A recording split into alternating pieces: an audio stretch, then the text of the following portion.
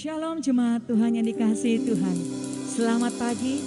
Apa kabar semuanya? Saya merasakan bahwa Tuhan hadir memberkati kita pada ibadah pagi-pagi hari ini. Mari saudara yang dikasihi Tuhan, kita sama-sama mengucap syukur buat kebaikan Tuhan. Buat apa yang Tuhan taruh dalam hidup kita. Kita diberikan kesehatan yang luar biasa. Diberikan kekuatan yang selalu baru setiap hari. Mari berikan pujian yang terbaik buat Tuhan. Kita sama-sama mulai ibadah kita dengan doa ucapan syukur kita pada pagi hari ini. Bapa, kami bersyukur dan berterima kasih.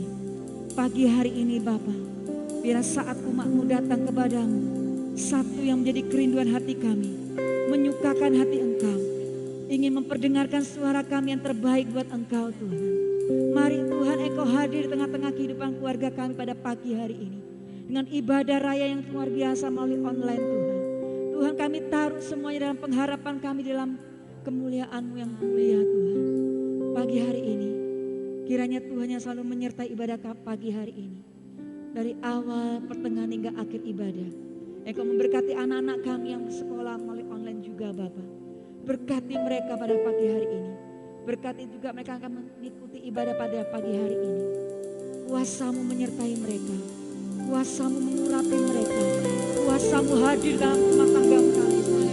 Terima kasih Tuhan, terima kasih. Kami siap menyembah, memuliakan Engkau Tuhan. Di dalam nama Yesus Kristus. Terima kasih Roh Kudus. Haleluya Yesus. Haleluya Yesus. Kami siap menyembah-Mu Tuhan.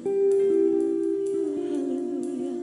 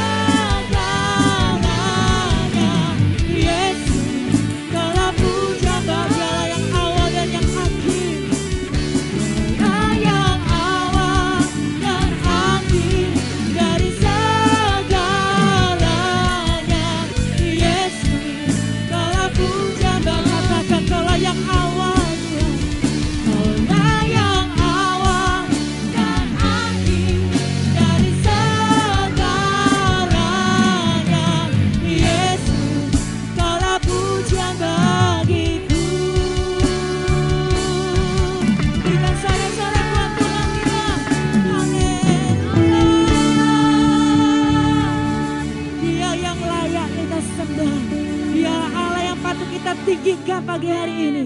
Dia yang awal dan yang akhir. Dia yang memulai, dia yang akan mengakhiri segala ibadah kita pada pagi hari ini. Hanya di dalam nama Yesus, engkau yang sudah siap memuji Tuhan, katakan bersama dengan saya, amin, haleluya. Dia yang berkuasa pada pagi hari ini. Berikan tepuk tangan, haleluya, come on.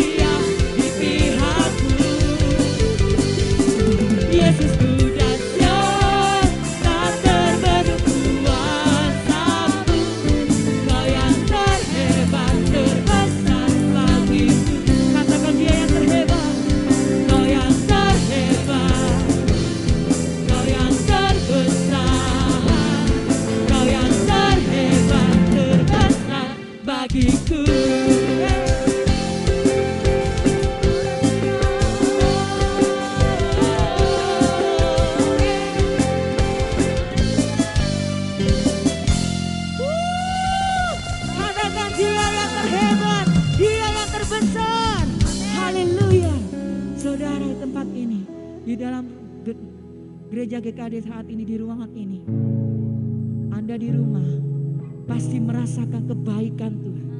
Amin. Merasakan pertolongan Tuhan. Tuhan sungguh baik. Amin. Mari saudara, kita terus renungkan kebaikan Tuhan. Kita tetap katakan, Tuhan, Engkau adalah yang terbaik buat hidup kami. Engkau adalah Allah yang terhebat bagi hidup kami Tuhan. Bagi keluargaku Tuhan, bagi rumah tanggaku Tuhan, bagi anak-anakku Tuhan. Engkau yang terhebat Tuhan. Terima kasih Tuhan, terima kasih. Kami mau duduk manis Tuhan, duduk diam di dalam perantara. Kami siap mendengar firman-Mu Tuhan. Terima kasih Tuhan. Mari saudara dikasih Tuhan, katakan, tak teguhku kasih-Mu Tuhan. Teruku kasih-Mu Yesus.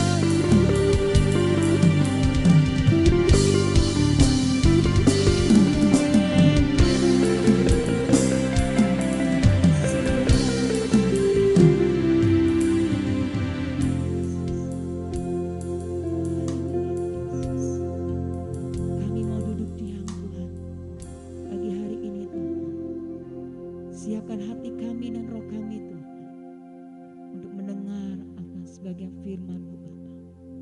Biarlah firman menjadi kekuatan bagi segala apa yang kami perlu Tuhan. Dan sebagai jawaban apa yang kami butuhkan Tuhan. Terima kasih Tuhan. Di dalam nama Yesus Kristus. Haleluya. Amin. Ya, shalom saudara-saudara yang terkasih dalam Tuhan. Salam jumpa kembali bersama dengan saya, Pastor Petrus Tarigan. Saya mengucap syukur karena bisa kembali melayani kita melalui firman Tuhan. Nah, saudara-saudara yang dikasihi Tuhan, pada saat ini saya ingin menyampaikan firman Tuhan yang berkaitan dengan iman. Dan saudara-saudara, ketika kita membahas tentang iman, maka saya ingin mengajak kita untuk terlebih dahulu mengenal jenis-jenis iman yang ditimbulkan oleh Alkitab bagi kita orang yang percaya. Tapi sebelumnya saudara, saya mengajak kita untuk membaca firman Tuhan terlebih dahulu dari surat Roma pasal yang pertama ayat 16 sampai ayat yang ke-17. Dari Roma pasal yang pertama ayat 16 dan ayat yang ke-17. Demikian firman Tuhan. Sebab aku mempunyai keyakinan yang kokoh dalam Injil, karena Injil adalah kekuatan Allah yang menyelamatkan setiap orang yang percaya. Pertama-tama orang Yahudi, tetapi juga orang Yunani. Sebab di dalamnya nyata kebenaran Allah yang bertolak dari iman dan memimpin kepada iman. Seperti ada tertulis, orang benar akan hidup oleh iman. Jadi ditegaskan di sini oleh firman Tuhan saudara, bahwa orang benar atau orang yang sudah dibenarkan, maka hidup oleh iman. Jadi saudara dan saya sebagai orang yang sudah dibenarkan dalam Kristus, maka tuntutannya adalah kita harus hidup oleh iman. Nah, oleh karena itu saudara-saudara, perkara iman ini harus benar-benar kita pahami. Ya, kita mesti memahami segala sesuatu yang berkaitan dengan iman. Karena orang benar akan hidup oleh iman. Seperti tadi saya sudah buka bahwa ketika kita saudara berbicara tentang iman, maka hal yang paling pertama atau hal yang paling mendasar yang harus kita pahami adalah mengenal jenis-jenis iman. Ya, sebelum kita berbicara segala sesuatu tentang iman, maka kita harus paham terlebih dahulu tentang jenis-jenis iman. Jadi saudara, di dalam kekristenan kita tidak hanya memiliki satu jenis iman.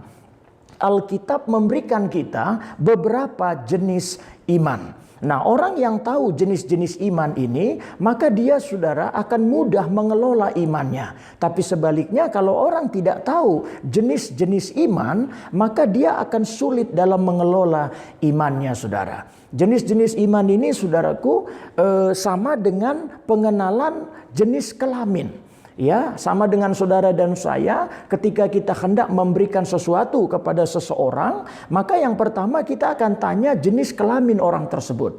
Ya, kalau jenis kelaminnya jelas, laki-laki atau wanita, maka sangat mudah kita memberikan apa yang hendak kita beri. Tapi ketika jenis kelamin orang yang hendak kita berikan kita tidak jelas, kita tidak tahu, maka kita akan mengalami kesulitan. Nah, sama dengan iman ini saudara, kalau saudara dan saya tidak paham betul jenis-jenis iman orang percaya, maka saudara dan saya akan kesulitan dalam mengelola iman kita. Tapi ketika saudara dan saya memahami jenis-jenis iman, maka saudara dan saya akan mudah mengelola iman kita, dan dengan demikian iman kita akan menjadi maksimal saudara. Ya, karena itu saya ingin menyampaikan jenis-jenis iman yang ditimbulkan oleh firman Tuhan bagi setiap kita orang yang percaya. Nah, yang pertama saudara-saudara, jenis iman yang ditimbulkan oleh Alkitab bagi orang percaya adalah iman keselamatan. Ya, ini jenis iman yang pertama. Saudara dan saya diberikan Alkitab tentang iman keselamatan. Iman keselamatan tertulis saudara di dalam Roma pasal yang ke-10 ayat yang ke-9. Demikian firman Tuhan. Sebab jika kamu mengaku dengan mulutmu bahwa Yesus adalah Tuhan dan percaya dalam hatimu bahwa Allah telah membangkitkan dia dari antara orang mati, maka kamu akan diselamatkan. Saudara lihat di sini dikatakan maka kita akan diselamatkan. Karena itu saya katakan saudara-saudara, Roma 10 ayat yang ke-9 adalah definisi iman keselamatan. Jadi siapa yang memiliki Roma 10 ayat 9, maka dia akan diselamatkan. Nah, cara kita memiliki iman keselamatan di sini adalah percaya perbuatan Tuhan. Ya, kalau kita percaya Tuhan Yesus sudah mati dan bangkit bagi hidup kita, ya, kalau kita percaya Tuhan Yesus sudah mati dan bangkit bagi hidup kita, maka kita akan diselamatkan. Jadi saudara memiliki iman keselamatan yang satu hari akan menyelamatkan kita. Caranya adalah kita percaya perbuatan Tuhan. Ya, saudara jangan lupa ini bahwa iman keselamatan dalam diri kita yang satu hari akan membawa kita kepada keselamatan kalau kita percaya perbuatan Tuhan. Khususnya Tuhan Yesus sudah mati dan bangkit bagi hidup kita. Nah, disinilah perbedaannya saudara, konsep iman keselamatan kekristenan dengan agama lain. Karena semua agama lain mereka juga percaya saudara bahwa perbuatan itu menyelamatkan. Ya, makanya di semua agama itu yang didorong adalah perbuatan baik. Ayo berbuat baik, menambah amal dan pahala. Karena agama percaya perbuatannya itu akan menyelamatkan. Tapi dalam kekristenan kita tidak percaya bahwa perbuatan kita akan menyelamatkan. Tapi yang kita percaya adalah perbuatan Tuhan Yesus yang menyelamatkan. Jadi kekristenan dan agama sesungguhnya percaya bahwa yang menyelamatkan kita adalah perbuatan. Ya, tetapi agama dia percaya perbuatannya sendiri, sementara dalam kekristenan kita percaya perbuatan Tuhan. Jadi yang menyelamatkan saudara dan saya bukan perbuatan kita, tapi perbuatan Tuhan Yesus. Dia mati dan bangkit bagi setiap kita. Nah, saudara-saudara, barang siapa yang percaya kepada perbuatan Tuhan ini, ya, kalau saudara dan saya percaya Tuhan Yesus sudah mati dan bangkit untuk saya, maka di sanalah kita sudah memiliki iman keselamatan, saudara-saudara. Miliki iman keselamatan ini, sebab ini adalah iman yang pertama, ini adalah iman yang mula-mula, ini adalah iman dasar bagi setiap kita orang yang percaya. Nah, yang kedua saudara-saudara, setelah kita memiliki iman keselamatan atau setelah dalam diri kita ada iman keselamatan yang satu hari akan menyelamatkan, maka kita melanjutkan iman kita kepada iman yang kedua, saudara-saudara. Dan iman yang kedua adalah saya sebut iman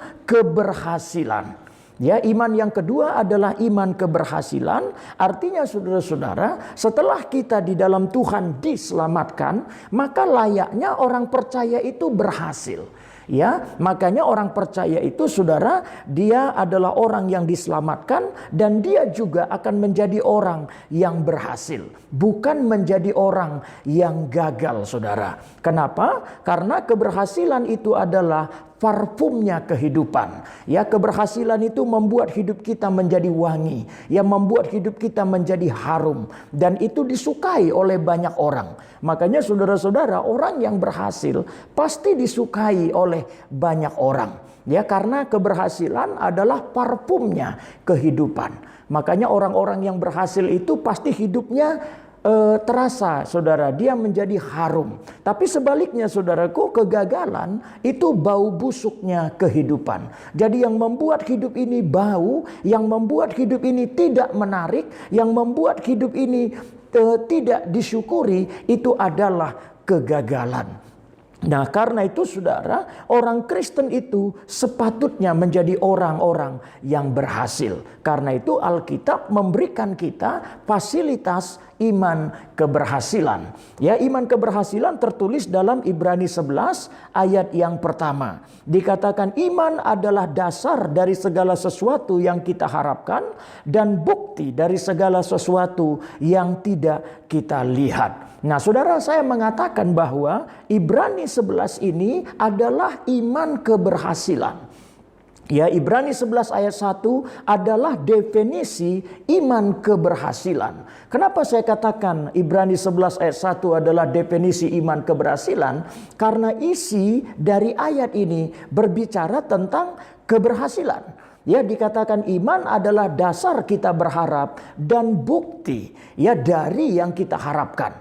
Ya, ini bicara tentang keberhasilan, saudara. Karena definisi keberhasilan adalah apa yang kita harapkan menjadi kenyataan.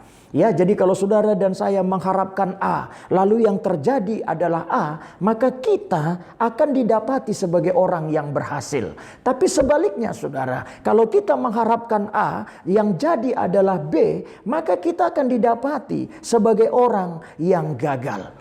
Ya, kalau ada anak sekolah, dia mengharapkan naik kelas dan dia terbukti naik kelas, maka dia menjadi siswa yang berhasil. Tapi sebaliknya, saudara-saudara, kalau dia mengharapkan naik kelas, tapi faktanya dia tinggal kelas, maka dia akan didapati sebagai siswa yang gagal. Jadi, saudara-saudara, definisi keberhasilan adalah apa yang kita harapkan terbukti.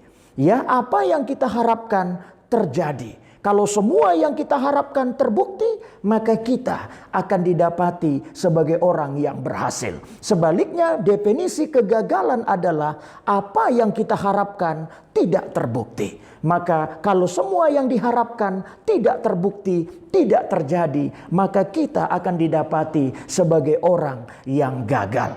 Nah, saudara-saudara, karena Tuhan memberikan tadi iman keberhasilan bahwa apa yang kita harapkan menjadi kenyataan, menjadi terbukti. Ini berarti, saudara-saudara, adalah kehendak Tuhan untuk saudara dan saya menjadi orang-orang yang berhasil. Ya, ini satu kabar baik bagi kita bahwa kita bukan hanya untuk diselamatkan. Ya, tadi kita sudah bahas tentang iman keselamatan yang akan menyelamatkan, tapi lebih daripada itu, di dunia ini, saudara-saudara, Tuhan menghendaki kita menjadi orang-orang yang berhasil. Karena memang, saudara-saudara, orang yang berhasil dia bisa menjadi berkat. Dia mudah untuk menjadi berkat. Ya, saudara tahu panggilan hidup kita bukan hidup untuk diri sendiri, tapi panggilan hidup kita menjadi berkat bagi banyak orang. Ya, panggilan hidup kita bukan kaya secara kepemilikan saja, tetapi lebih daripada itu, kita bisa kaya dalam kemurahan. Dan saudara, kita tidak mungkin jadi berkat kalau kita menjadi orang yang gagal. Karena itu, saudara-saudara, alangkah luar biasanya firman Tuhan, Dia memberikan kita juga iman keberhasilan. Karena itu milikilah Roma 10 ayat 9 untuk keselamatan saudara, dan miliki juga Ibrani 11 ayat 1 untuk keberhasilan kita. Tuhan mau, Tuhan rindu, saudara-saudara, semua anak-anak Tuhan, setiap kita dalam karir, dalam pekerjaan, dalam panggilan, dalam pelayanan hidup kita, dalam seluruh hidup kita, kita bisa menjadi umat-umat Tuhan yang sukses dan berhasil dalam kehidupan ini, saudara. Nah, sekarang kita akan masuk lebih dalam ayat yang ke-7, cara kita menjalankan. Ya, cara kita menjalankan atau cara kita memiliki iman keberhasilan itu dalam diri kita. Ya, ini adalah cara untuk saudara dan saya bisa berhasil. Ibrani 11 ayat 7, karena iman maka Nuh dengan petunjuk Allah tentang sesuatu yang belum kelihatan, dengan taat mempersembahkan bahtera untuk menyelamatkan keluarganya. Nah, Ibrani 11 ayat 7 ini, saudara, adalah cara. Ya, tadi kalau Ibrani 11 ayat 1 adalah prinsip, bahwa prinsip dalam Tuhan, saudara dan saya memiliki iman keberhasilan yang menghantarkan kita kepada keberhasilan. Tetapi cara kita memiliki dan menjalankan iman keberhasilan ada dalam ayat yang ke-7. Dikatakan Nuh dengan taat mempersiapkan bahtera. Dan saudara, kita tahu dalam kisah Nuh bahwa Tuhan perintahkan dia membuat kapal, membuat bahtera di atas gunung untuk menyelamatkan sebagai sarana keselamatan keluarganya. Dan sekian lama dengan taat Nuh membuat bahtera tersebut. Ya, sementara Orang-orang pada zaman itu tidak menerima apa yang dikerjakan oleh Nuh. Ya, dia bahkan mereka mengejek Nuh karena sesuatu yang tidak logis membuat kapal di atas gunung, saudara. Tapi Nuh dengan taat mempersiapkan bahtera, dan akhirnya bahtera yang dibuat oleh Nuh itu berhasil menyelamatkan keluarganya. Ya, tetapi saudara-saudara, yang paling penting adalah dasar Nuh mempersiapkan bahtera karena adanya petunjuk Allah tentang sesuatu yang belum kelihatan atau yang akan terjadi. Jadi saudara-saudara, sebelum ada iman, ya maka harus ada petunjuk Tuhan. Ya, makanya saudaraku, dalam menjalankan iman keberhasilan itu sistematikanya ada petunjuk Tuhan, lalu ada iman, lalu ada ketaatan sebagai tindakan iman. Nah, Nuh berhasil diselamatkan, dia berhasil diselamatkan melalui bahtera yang dibangunnya, dan dia taat membangun bahtera berdasarkan adanya petunjuk Allah. Atau adanya petunjuk Tuhan, adanya firman Tuhan untuk dia membuat kapal tersebut. Jadi Nuh membangun bahtera bukan berdasarkan inisiatif pribadi, bukan berdasarkan gagasan pribadi, bukan berdasarkan suruhan orang lain.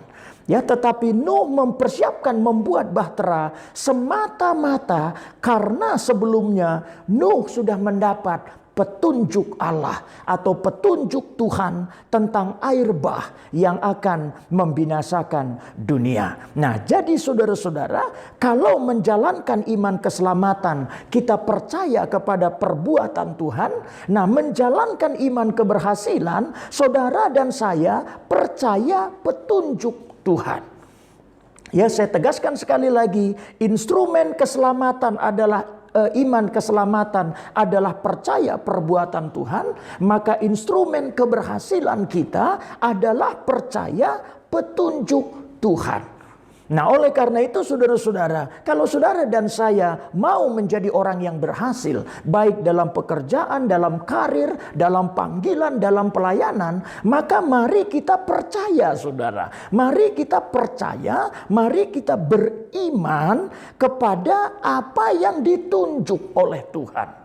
Nah, maka saudara dan saya wajib hukumnya untuk mengenal, untuk memahami petunjuk-petunjuk Tuhan dalam hidup kita. Karena memang saudara, secara prinsip petunjuk adalah instrumen keberhasilan. Saudara dan saya kalau melakukan perjalanan dari Denpasar katakan ke Surabaya, maka saudara dan saya akan berhasil sampai di Surabaya kalau di setiap perempatan atau kalau setiap di pertigaan jalan saudara dan saya mengikuti setiap petunjuk-petunjuk. Makanya di jalan raya itu saudara ada petunjuk-petunjuk perjalanan. Ya, atau kalau zaman sekarang ada Google Map, ya. Dengan itu apa saudara? Kita bisa ditunjukkan jalan kita. Kita tahu kita mesti berbelok kemana. Kita tahu kita mengarah kemana. Ya, jadi secara prinsip petunjuk adalah instrumen. Petunjuk adalah cara untuk kita berhasil kepada tujuan. Nah, sama dengan hidup kita, saudara. Karena hidup ini juga adalah sebuah perjalanan. Kita sedang menjalani hidup kita dan Tuhan mau kita mengalami keberhasilan demi keberhasilan. Nah, untuk kita mendapat keberhasilan itu, kita harus percaya petunjuk yang Tuhan beri. Maka saudara dan saya wajib mengenali petunjuk Tuhan bagi kita. Ya, kalau saat ini saudara dan kalau ada di antara kita belum memahami keberhasilan yang Tuhan mau beri, keberhasilan yang Tuhan tunjuk, maka mari bertanya kepada Tuhan, minta kepada Tuhan, nyatakan petunjuk-Mu ya Tuhan, nyatakan jalan-Mu. Ya, tapi saudara dan saya prinsipnya jangan menentukan keberhasilan sendiri. Apalagi kita menentukan keberhasilan berdasarkan orang lain. Jangan demikian saudara. Tetapi bertanya kepada Tuhan, minta kepada Tuhan, nyatakan petunjuk-Mu Tuhan. Apa petunjuk-Mu Tuhan? Nanti saudara dan saya akan mendapat petunjuk-petunjuk Tuhan. Ada banyak cara Tuhan menyatakan petunjuk-Nya. Bisa melalui firman Tuhan, bisa melalui nubuatan, bisa melalui mimpi, bisa melalui banyak perkara. Tuhan menyatakan petunjuk-petunjuk-Nya. Jadi kalau kita belum paham petunjuk Tuhan untuk keberhasilan kita, minta bertanya kepada Tuhan, apa petunjuk-Mu? Tapi kalau kita sudah mendapat petunjuk Tuhan, sudah mendapat rema dari Tuhan, sudah mendapat pernyataan dari Tuhan, jangan bimbang, jangan ragu, percaya. Ya, bahwa apa yang Tuhan nyatakan, apa yang Tuhan tunjukkan akan menjadi kenyataan dalam hidup kita. Firman Tuhan tidak pernah gagal, saudara. Firman Tuhan ya dan amin. Selama firman Tuhan bisa bekerja sama dengan iman kita, maka sama seperti Nuh. Kalau Nuh berhasil diselamatkan lewat bahtera yang dibangunnya, maka saudara dan saya juga akan diselamatkan, ya, dari segala bentuk kegagalan yang ada di dunia ini. Saudara dan saya akan menjadi orang-orang yang berhasil, dan kita akan menjadi berkat secara luar biasa. Jadi saudara, iman yang kedua adalah iman keberhasilan, ya, yang bertujuan membuat kita berhasil. Dan cara menjalankan iman keberhasilan, percaya kepada petunjuk-petunjuk Tuhan. Nah, yang terakhir saudara-saudara, yang ketiga, iman yang diberikan oleh Alkitab bagi setiap orang percaya adalah iman penderitaan. Ya, mari kita akan membaca firman Tuhan dari surat Filipi. Ya, saya mengajak kita melihat dari surat Filipi 1 ayat yang ke-29, firman Tuhan berkata, sebab kepada kamu dikaruniakan bukan saja untuk percaya kepada Kristus, melainkan juga untuk menderita untuk Dia. Dan kemudian saudara, kita akan lanjutkan di dalam 1 Petrus pasal yang kedua. Ya, di dalam 1 Petrus pasal yang kedua ayat 19. Ini adalah definisi penderitaan yang dimaksud, sebab adalah kasih karunia jika seorang karena sadar akan kehendak Allah menanggung penderitaan yang tidak harus ia tanggung. Ya, jadi Bapak Ibu saudara-saudara, kita memiliki 3 jenis iman dalam kekristenan kita. Pertama, iman keselamatan, tujuannya untuk kita diselamatkan, caranya percaya perbuatan Tuhan. Yang kedua, iman keberhasilan, tujuannya supaya hidup kita berhasil, dan caranya kita percaya petunjuk Tuhan. Dan yang ketiga saudara adalah iman penderitaan. Ini adalah iman yang menyempurnakan, tujuannya supaya kita serupa dengan Kristus. Ya, dan caranya adalah kita percaya kepada kehendak Tuhan.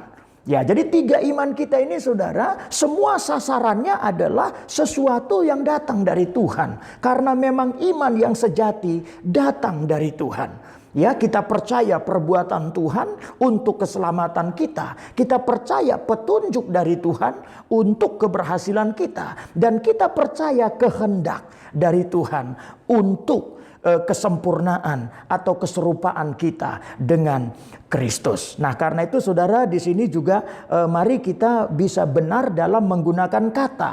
Ya, saudara, kalau kebutuhannya adalah berhasil, saudara mintalah petunjuk Tuhan. Ya, jangan minta kehendak Tuhan. Karena kehendak Tuhan itu isinya adalah penderitaan. Ya, makanya Tuhan Yesus berdoa sebelum dia disalib. Bapa, kalau boleh, lalukan cawan ini, tapi kehendakmu yang jadi, bukan kehendakku. Jadi saudara, kehendak Bapa yang jadi bukan kehendakku. Jadi kehendak itu isinya cawan, saudara. Cawan itu isinya penderitaan. Nah, saudara-saudara, cara membangun kekristenan kita adalah pertama kita diselamatkan, yang kedua hendaknya kita berhasil. Nah, setelah kita menikmati keberhasilan atau mencapai keberhasilan atau dalam keberhasilan, Kalau ada di antara saudara saat ini yang melihat khotbah ini dan saudara sudah merasa Tuhan bawa dalam keberhasilan, saudara sudah hidup dalam keberkatan, saudara sudah mencapai keberhasilan, maka saudara dan saya berdoa minta kehendak Tuhan. Jadi apa kehendakmu Tuhan lewat keberhasilan ini? Apa kehendakmu melalui keberhasilan ini? Karena itu saudara-saudara, orang Kristen itu menderita bukan karena gagal, tapi orang Kristen menderita justru karena berhasil. Selama ini kalau di dunia ini orang yang menderita itu karena gagal. Makanya orang gagal pasti menderita. Tapi orang yang menderita karena gagal itu bukan penderitaan yang dimaksud. Ya, saudara dan saya tidak boleh menderita karena gagal. Karena prinsipnya kita tidak boleh gagal. Sebab ada instrumen iman keberhasilan. Jadi bisa diasumsikan bahwa semua orang Kristen itu berhasil. Kehendak Tuhan berhasil. Nah, tetapi kita menderita setelah berhasil.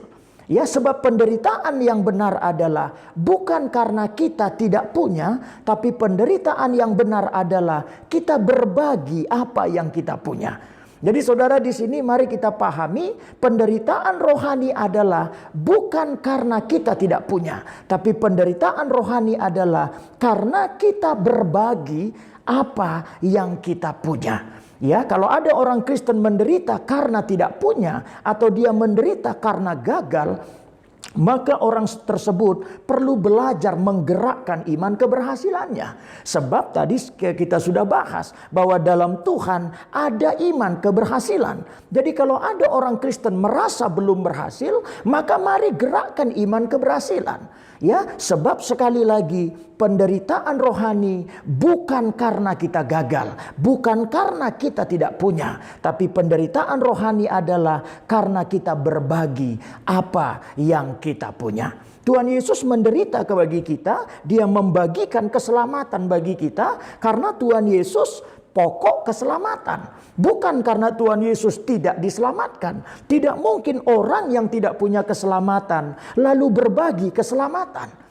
Karena Kristus punya keselamatan, karena Kristus pokok keselamatan, karena Kristus yang punya sorga, maka dia berbagi keselamatan bagi setiap kita. Nah, sama dengan saudara dan saya, setelah kita berhasil, setelah kita mencapai keberhasilan, maka kita tidak boleh menikmati keberhasilan itu seorang diri.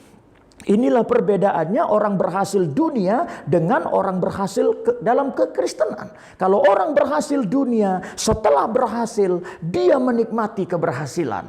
Tapi dalam Tuhan, setelah kita berhasil, kita berbagi keberhasilan. Ya, jadi penderitaan kita adalah penderitaan karena berbagi keberhasilan. Kenapa kita mau berbagi keberhasilan? Dasarnya karena kita percaya, karena kita sadar ada kehendak Allah. Ya, ada kehendak Tuhan, ada pimpinan Tuhan, ada dorongan Tuhan, ada beban yang dari Tuhan untuk kita berbagi keberhasilan yang kita miliki dalam pekerjaan Tuhan. Jadi Bapak Ibu Saudara yang dikasihi Tuhan, mari kita menjadi orang beriman, mari kita berjalan dari iman kepada iman, dari iman keselamatan, mari kita masuk kepada iman keberhasilan, dan kita berakhir kepada iman penderitaan. Supaya akhir hidup kita adalah kita serupa, kita sama dengan Yesus Kristus, Tuhan yang kita sembah. Jadi demikianlah saudara-saudara, kalau tiga iman ini kita menjadi jelas,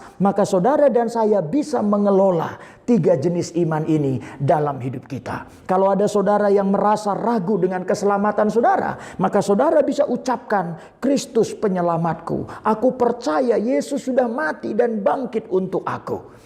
Jadi orang-orang yang membutuhkan kekuatan dalam iman keselamatan, mari ucapkan perbuatan Tuhan. Tuhan Yesus sudah mati dan bangkit untuk aku. Tuhan Yesuslah juru selamatku. Semakin saudara ucapkan itu, maka iman keselamatan dalam diri kita akan semakin kokoh, semakin kuat. Nah, kalau saudara kebutuhannya adalah keberhasilan, kita selama ini merasa masih gagal, merasa belum berhasil, hidup kita banyak kekurangan, maka mari kita kelola Mari minta petunjuk Tuhan. Tuhan, nyatakan petunjuk-Mu ya Tuhan. Nyatakan jalan-jalan-Mu. Berikan petunjuk bagi bisnisku ini. Berikan petunjuk bagi keluargaku. Berikan petunjuk bagi pekerjaanku. Berikan petunjuk bagi pelayananku. Jadi saudara, kejar petunjuk Tuhan untuk mengelola keberhasilan. Nah saudara dan saya yang sudah berhasil, mari kita minta kehendak Tuhan. Kita bilang, nyatakan kehendak-Mu Tuhan.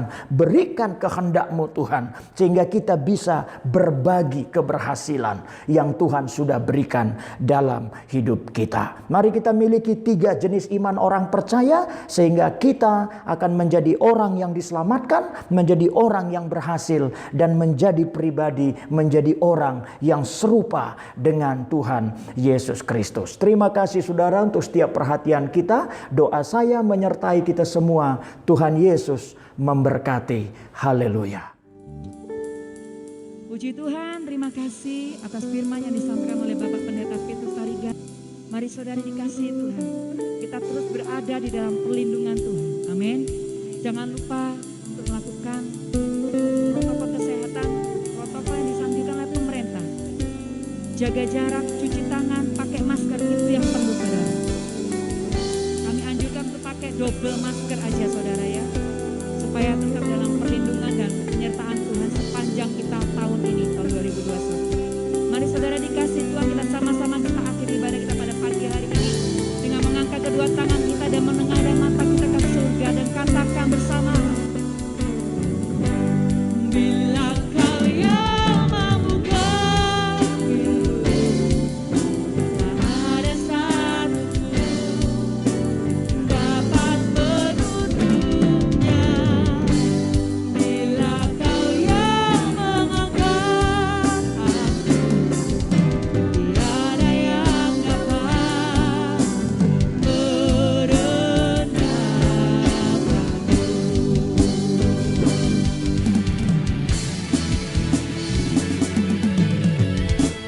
Bila Kau yang membuka pintu, tak ada satupun dapat menutupnya. Bila Kau yang mengangkat aku, tiada yang dapat merendahkanku.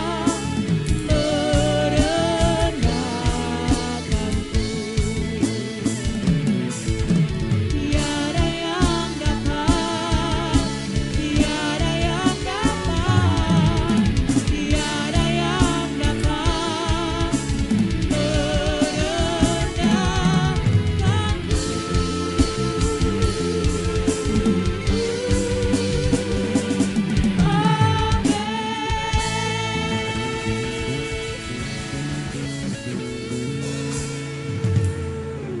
Selamat hari Minggu, Tuhan Yesus memberkati.